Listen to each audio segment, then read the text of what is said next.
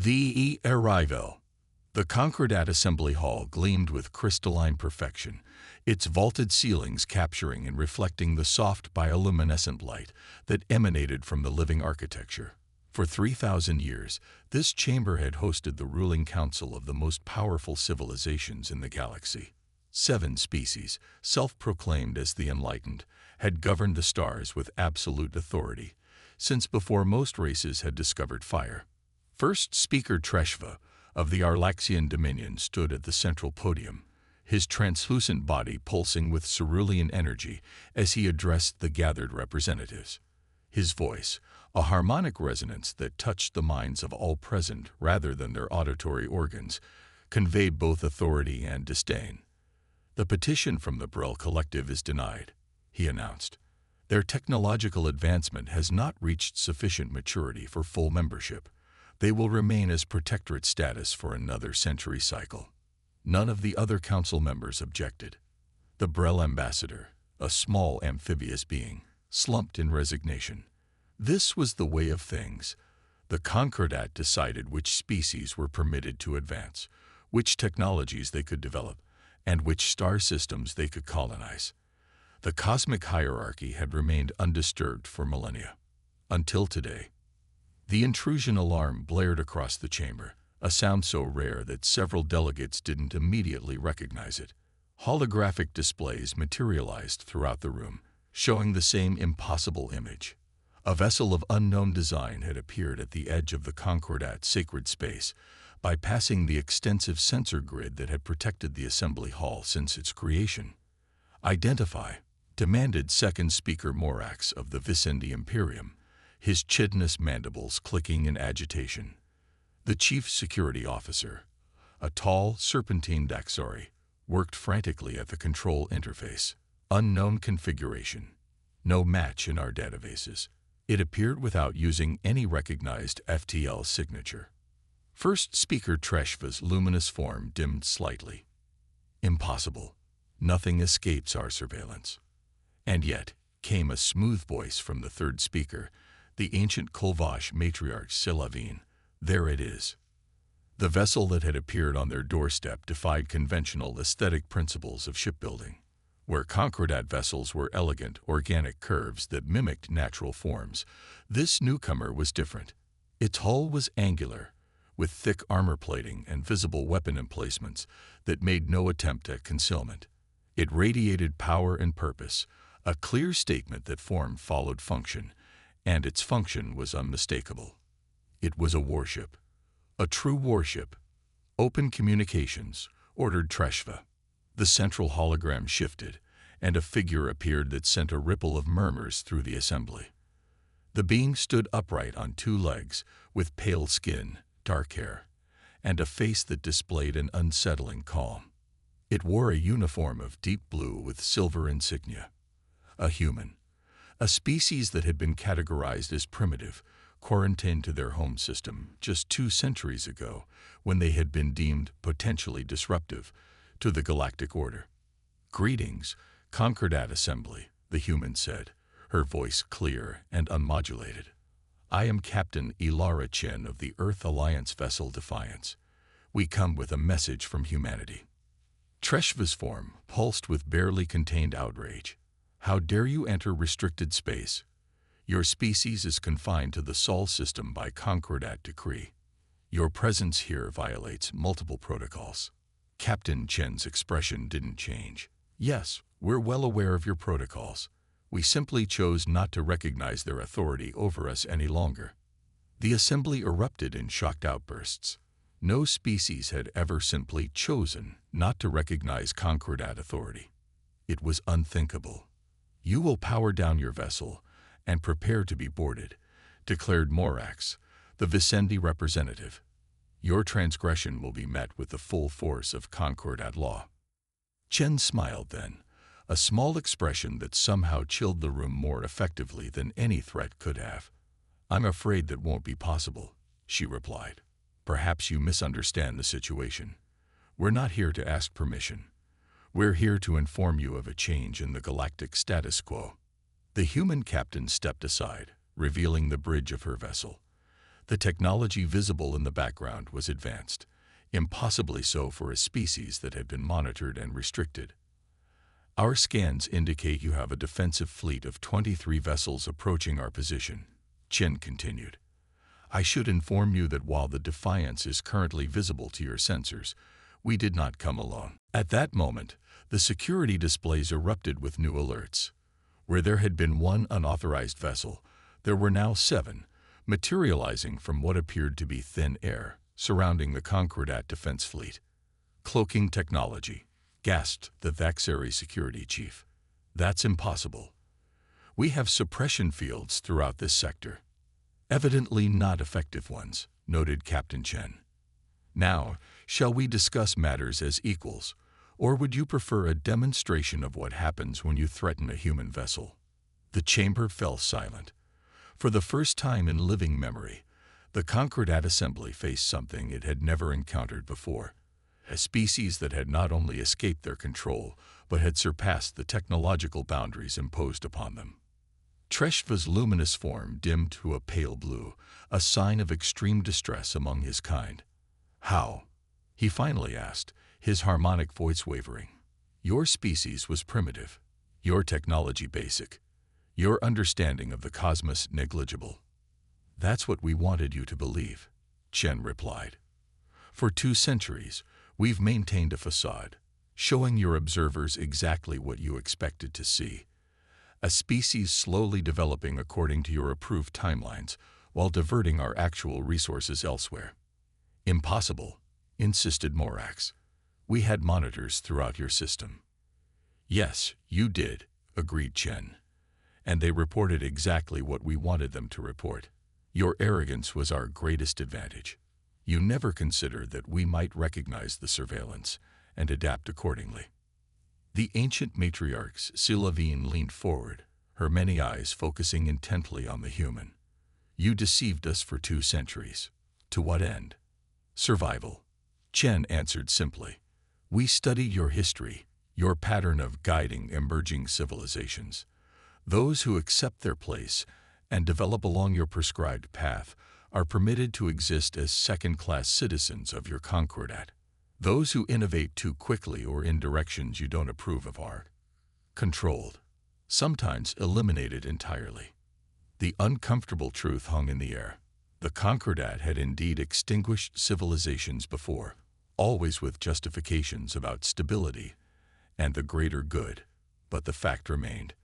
The Novich extinction event, continued Chen, the Torelli suppression, the mysterious disappearance of the Ketal scientists who developed independent FTL theory. We found records of them all in your own databases, not to mention what happened to the original inhabitants of the Procyon system when they refused Concordat oversight. The Brel ambassador, who had been forgotten in the commotion, suddenly looked up with newfound interest. The Procyon extinction was not public knowledge. How did you access classified Concordat archives? Demanded the security chief. Chen shrugged. The same way we developed this vessel and its companions while under your surveillance. Carefully, methodically, and with the understanding that our survival depended on it. First Speaker Treshva's form stabilized somewhat as he regained his composure. Captain Chen, whatever grievances you believe your species has, this provocative display will not serve your interests. The Concordat has maintained peace across the galaxy for millennia. Our protocols exist for the protection of all. Peace through suppression is not peace, Chen countered. It's subjugation. And as for protection, we don't need yours. In fact, we believe there are many species throughout this galaxy who would say the same, given the choice. As if on cue, the Brel ambassador rose to his full height, his amphibious features set with determination. The human speaks truth. The Concordat has denied our advancements for 3 centuries, while extracting resources from our worlds. Silence, bellowed Morax. You forget your place, Protectorate. That, said Captain Chen quietly, is precisely the problem. The tension in the chamber was palpable. Thousands of years of unquestioned authority now faced its first serious challenge. The Concordat members exchanged glances, communicating in the subtle ways of species who had worked together for millennia to maintain their power. "What do you want?" asked Silavine finally, her ancient voice carrying the weight of pragmatism that came with age. "Recognition," replied Chen. "Humanity will no longer accept protectorate status or development restrictions. We claim the right to explore, expand, and develop as we see fit, within ethical boundaries that respect the sovereignty of other species." "And if we refuse?" asked Treshva. Captain Chen's expression remained neutral. "Then we remove ourselves from your influence entirely. The 7 ships you see represent a fraction of our fleet. We have established colonies beyond your knowledge, developed technologies you've attempted to suppress, and formed alliances you cannot imagine." "Alliances?" repeated Morax, his mandibles clicking nervously. "Yes," said Chen. "It seems humanity isn't the only species that chafes under Concordat restrictions.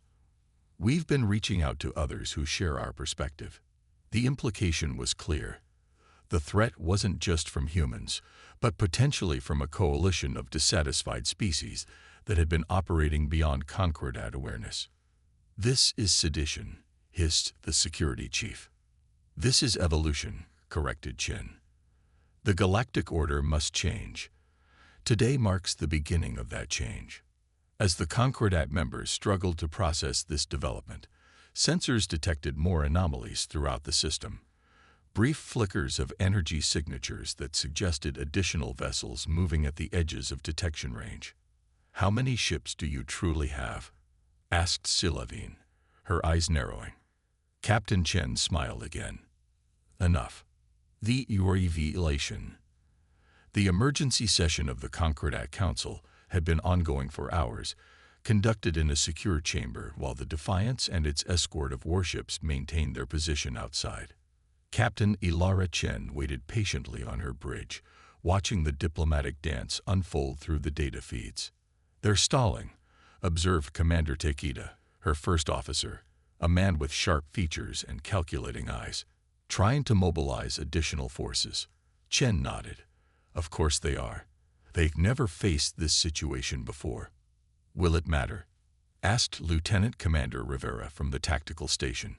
"Our intel suggests they can bring at least 300 vessels within the next 12 hours. "Numbers aren't everything," Chen replied, her calm unwavering. "And they know it.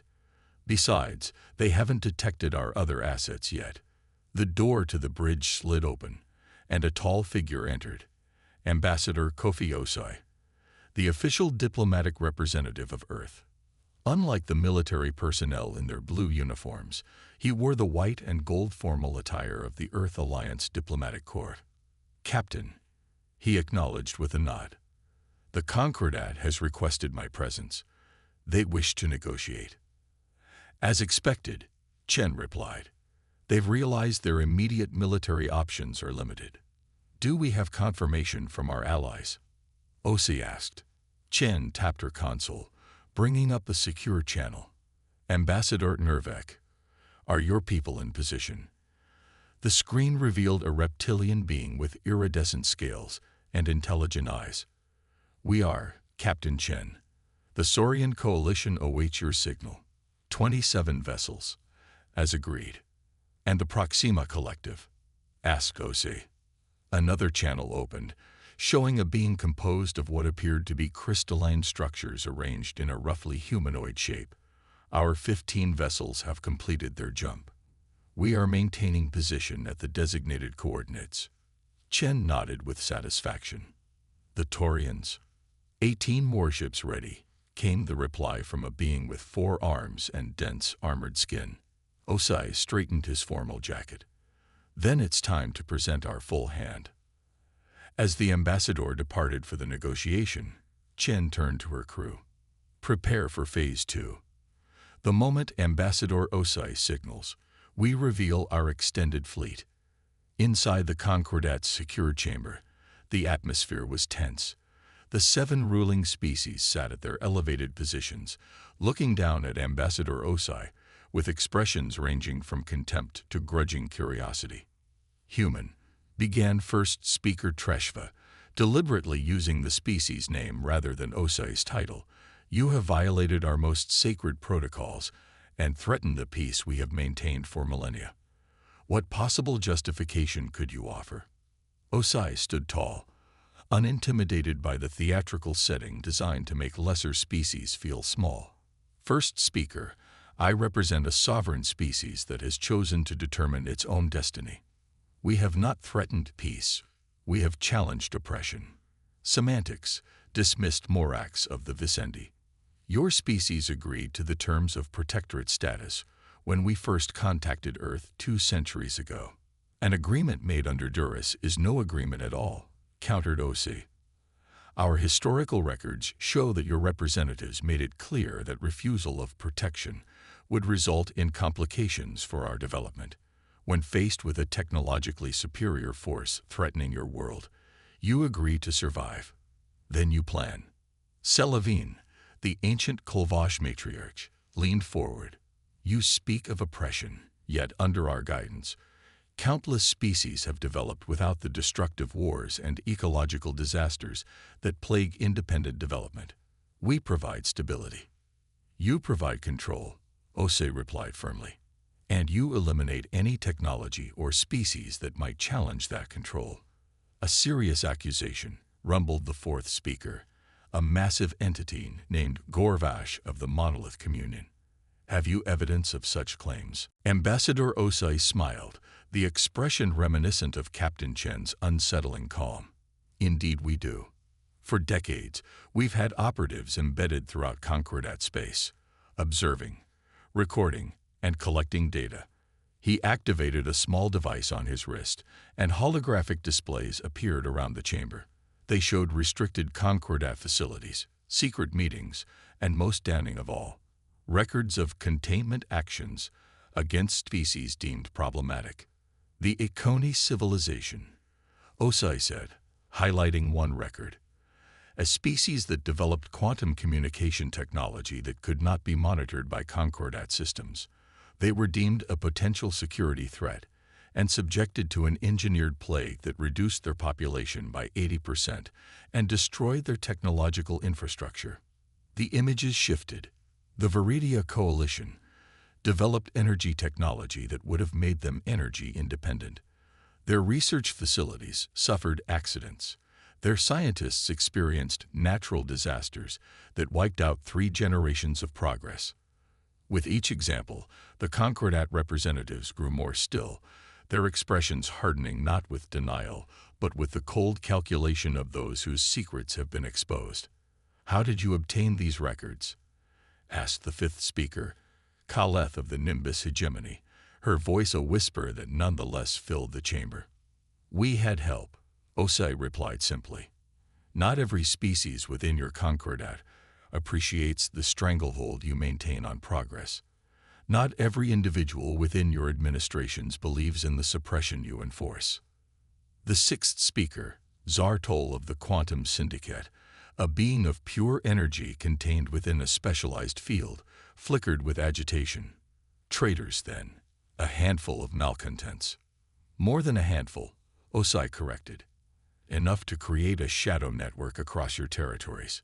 Enough to help us build our fleet in secret. Enough to form a coalition of species ready for change. As if on cue, the chamber's displays flickered again, this time showing not just the 7 human ships that had first appeared, but dozens more. Then, additional signatures appeared, vessels of different designs, different origins, all converging on the Concordat assembly system. Impossible, breathed Treshva, his luminous form pulsing with shock. The Saurian Coalition identified Morax, recognizing some of the ships. The Proxima Collective, the Taurians. These are all protectorate species. Former protectorates, corrected Osai. Now our allies. The full scope of the situation began to dawn on the Concordat Council. This wasn't simply a human rebellion.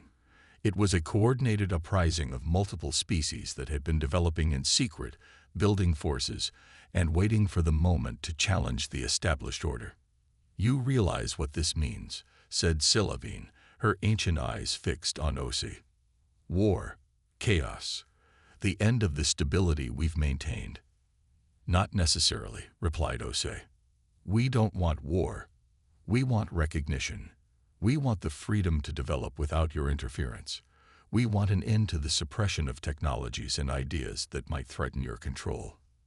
The seventh speaker, until now silent, finally entered the conversation. Ex-Kroll of the Void Consortium, a being composed of dark matter barely visible to normal perception, spoke in tones that seemed to come from everywhere and nowhere. And if we refuse, you will destroy us. Replace one form of control with another. Osei shook his head. We have no desire to replace you. We propose a new galactic covenant, one where the Concordat becomes a true council of equals rather than a ruling body, where technological development is shared rather than controlled, where each species determines its own path while respecting the rights of others. Idealistic nonsense, spat Morax. Without our guidance, lesser species would destroy themselves and others. Perhaps some would, acknowledged Osei. But that is their right, to succeed or fail on their own terms. Your protection has become a cage for dozens of civilizations with the potential for greatness. The chamber fell silent as the Concordat Council faced a reality they had never anticipated, not just a challenge to their authority, but a fundamental questioning of the principles that had guided their rule for millennia. You present us with an ultimatum backed by military force, said Treshva finally. How does this differ from the control you accuse us of imposing? Because we're not demanding your submission, replied Osei. We're offering partnership. The choice is yours. Adapt to a new galactic reality where power is shared, or face a coalition of species who will no longer accept your dominion. Outside the chamber, throughout the system, more ships continue to arrive. Vessels from a dozen different species, all united by a common desire for self-determination. The displays showed their positions clearly, strategic and deliberate, a show of force that couldn't be ignored. Silavine, eldest of the council, exchanged glances with her fellow rulers. After a moment of silent communication, she spoke for them all. We require time to consider your proposal. Osei nodded. You have 24 hours. After that, we and our allies will withdraw from Concordat space entirely and establish our own territory beyond your borders.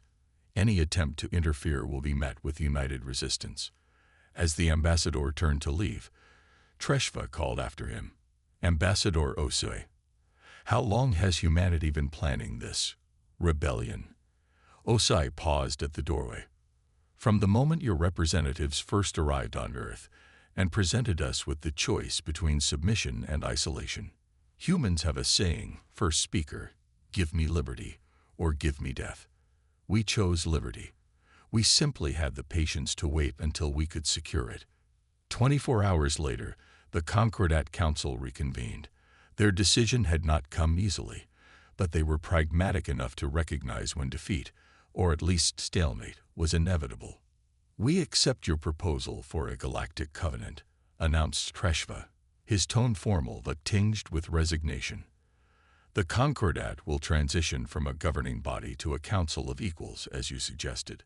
A wise decision, acknowledged Captain Chen, who stood alongside Ambassador Osei for this final meeting. The transition period will require careful management to ensure stability.